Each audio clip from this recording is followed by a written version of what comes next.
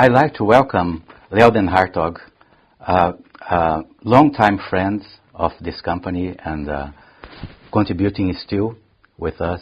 Leo, thank you for your presence here today with us. Thank you very much, Marcus, for inviting me, and it is a pleasure to be back in Nutreco. Yes.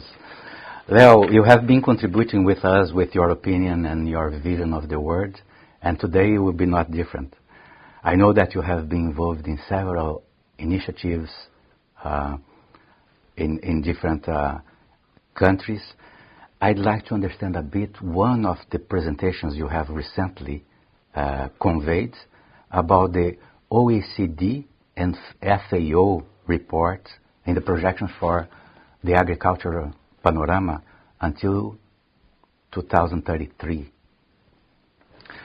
That's what I'd like to discuss with you today.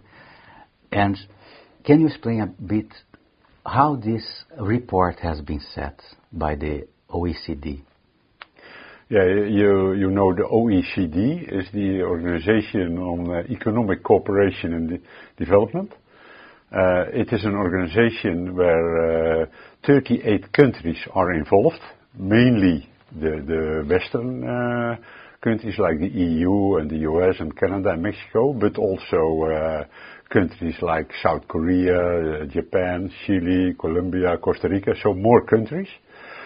And they make together with the FAO, the Food and Agriculture Organization from Rome, from the United Nations, with 191 countries involved, an agricultural outlook for the coming decade. They do that already for years, and I like this very much.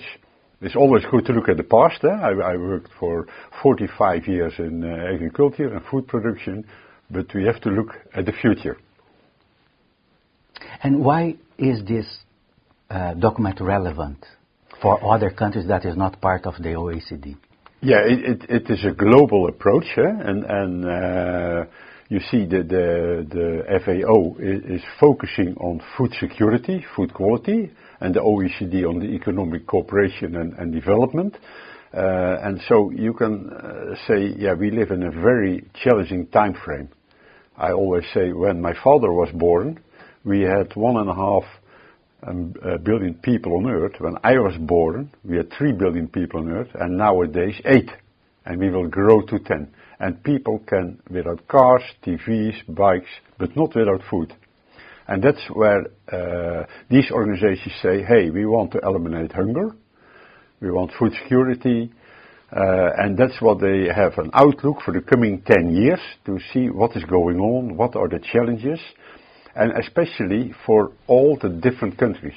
And what they did is they made 4 categories. They have the high-income countries, they have the upper middle-income countries, the lower middle-income countries, and the low-income countries. And there they make their prediction for those countries.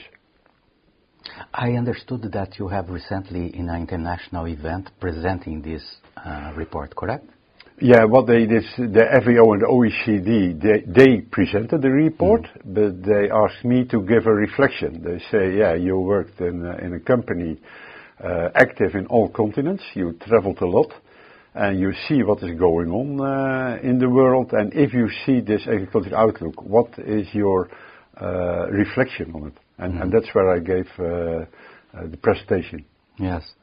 What would you say that are the 3 most relevant messages that comes out of this study? Yeah. Well, what I would say, the 3 most relevant messages. The first one is that there is an increase an increase in need for food production.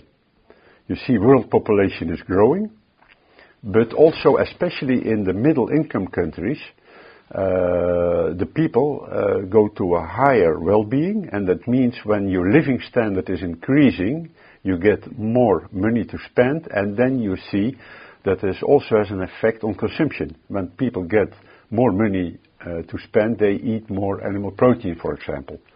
We have a lot of people around the globe who have to live from $2 a day. If they get more, their consumption pattern will change. So that means that in the coming decades we have to produce much more food as in the past. There is a growth of 1.3% per year for the coming 10 years, is stated in the outlook. That's the first. The second is also, for this we need more raw materials, but also we have to reduce the emissions. So there's a focus on the greenhouse gas emissions. And that's where they say, based on the study, the greenhouse gas emission will increase, but at a very much lower level as in the past. So per kilogram product, it will be reduced. So there will be a reduction. The third one is that the focus in crop production and animal production is full focus on productivity for the coming 10 years. So it's all about we have to be productive, we have to be efficient in our production. Very good. I will come back to the greenhouse gas emissions in another question. But before that, I'd like to understand, from this perspective of the projections, which countries will further lead animal protein production in the next decade? Yeah, that's a good question. And what they did is they looked at the consumption of calories, but especially also the consumption of proteins. And then which part of the protein consumption is from animals. And you see in the high income countries, it is about 65%. And that means that is an overconsumption. We can need less, but people like it, it's tasty, it's safe, it's nutritious. And they don't see a decrease. So they say the coming 10 years, the 65% will stay. If you see the low income countries, it's about 20%. And that's also in the more the poor countries, there's also, well, they say the coming 20 years will stay at 20%. And yeah, that's a shame that we are not able to increase it in those countries.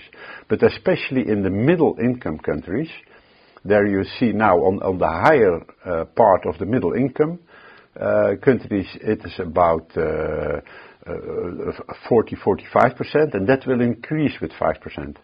And in the lower income countries, in the middle, it is 30%, and that will also increase 5%. So in total, you see animal production will increase because more people on Earth, but also in the middle income countries, the consumption will increase.